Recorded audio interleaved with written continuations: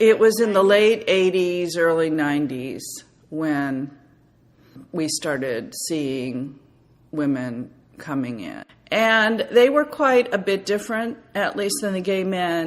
They were much more ethnically diverse. As a whole, one hates to characterize a whole group because we also had some highly trained executives and very successful people too. But for the most part, we were talking about a diverse group of women who were not well educated, were quite isolated. One of the things about the AIDS epidemic in San Francisco is there was fantastic community support, mostly emanating from the gay community, but extending outward.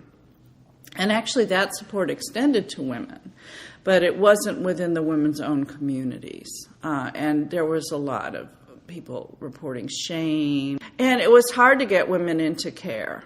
Well, a lot of the clinics were really oriented towards gay men. I mean, you had like beefcake photos above the scale where people checked in. And so we felt that there was a need to have specialized services. I think one of the things about HIV is globally it's a huge epidemic in women.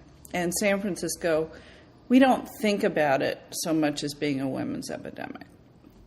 But actually there's a real commonality for many of the women.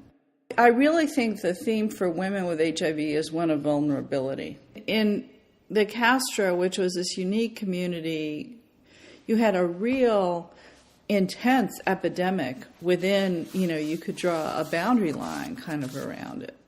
The HIV epidemic in women is a much larger demographic group, and it's much spread, much wider. They don't have the same kind of community.